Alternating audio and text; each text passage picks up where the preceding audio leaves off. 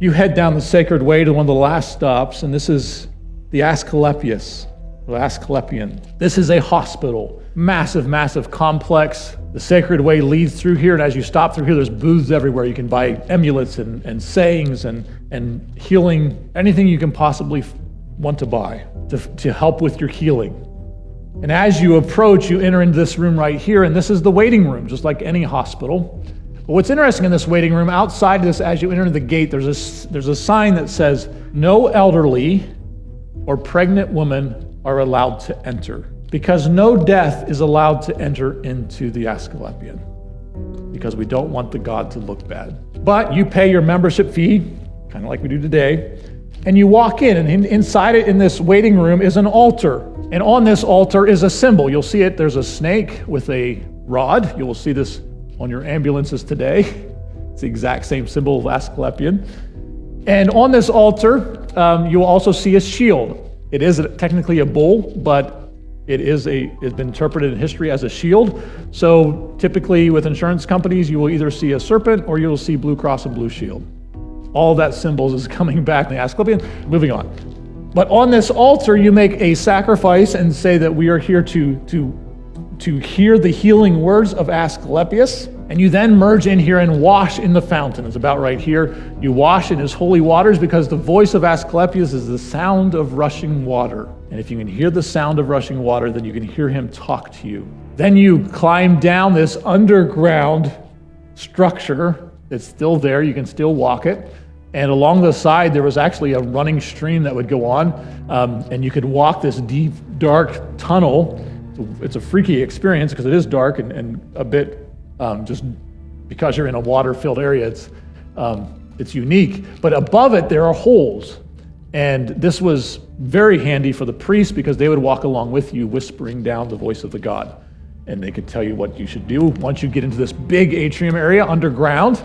And in this is filled with water. So you had water on the ground. They had benches laying everywhere.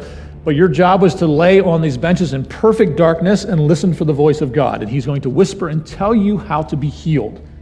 To help this process, they had snakes everywhere, because the snake could crawl over you and touch you and sense and smell what your ailment is, and then can whisper to it. I think everybody just jumped up and got healed because of the snakes, but it worked for them. But in this, they bring Nicias and Thalia come down here because they want to make sure that she is going to have many children and have much health in her marriage. As they do this, they come out, and when they enter back out into this courtyard, they create a monument. They get a piece of white marble and will engrave it on, "This is how Asclepius has healed me," or has promised health, and an image of what that is. It's crazy to sit there now because they're still lined up around this place, these people saying, "This is how Asclepius healed me." If you go over into Corinth, you will actually see body parts carved in marble, thousands of them. You'll see feet and ears and elbows and knees. That's why when Paul writes, it says we're all one body. He's addressing that people because they have body parts laying everywhere. But here, they do something different. In this Asclepian, they carve white stones with how the god has promised health or vibrance. Just as a point of reference here, one of the main doctors, Galen, which he is a descendant of Hippocrates, in the ceremonies in the theater in this Asclepius, they would do their vow or oath of becoming medical personnel. And in this vow, they would say, "I would swear by Apollo the physician, by Asclepius and all the gods, to uphold my duty as a healer. I will do no harm. I will treat the sick with care, never with malice or greed. I will keep sacred the secrets of my patients and dedicate my life to the service of mankind." Today it's called the Hippocratic Oath. But here it's this dedication to the gods.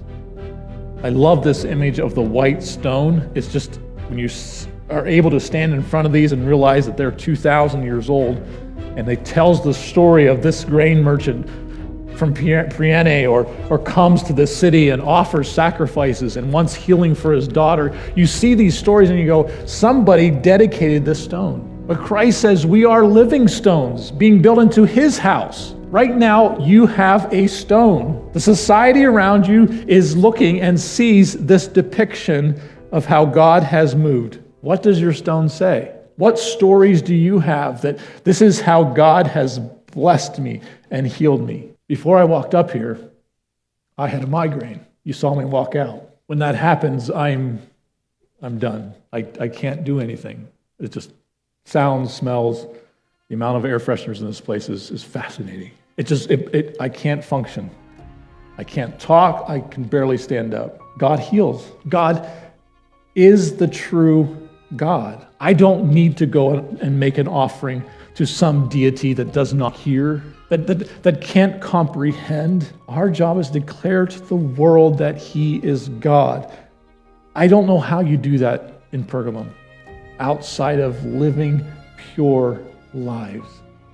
And those little things that seem insignificant, they become a massive testimony, because if I could just hold Nicias and Thalia aside at the end of the day and saying, do you actually feel that God heard your cry? I don't think they would have. You see this small group from Summitville, led by Dan Catan, I'll explain later. We often think that God's not working. We often think, and I've asked this questions many times, what is actually different about the gospel? Other people get wealthy. Other people live longer lives. Other people have greater success. Other people have this. Other people have that. And you forget this true, real story of the gospel of Jesus Christ. There is peace. There is hope. There is a God that loves you. And we look at our stone, this living stone that Christ is molding and shaping. On it should be this beautiful story of how God has blessed us each time, even in the small. I don't get it. Pergamum changes. Pergamum becomes Christian. There's some things I struggle with. I could take you to a theater where carved on the seats of the theater says Theosebes, God-fearers. But obviously, they lived what Ephesians said, and they did live without sexual immorality and lived good lives. And because of that, the world changes. Within 100 years, 50% of Asian Minors seems to become Christian. I don't get it. But God says if we present His testimony in the small, He does move and the kingdom does come. Let's stand.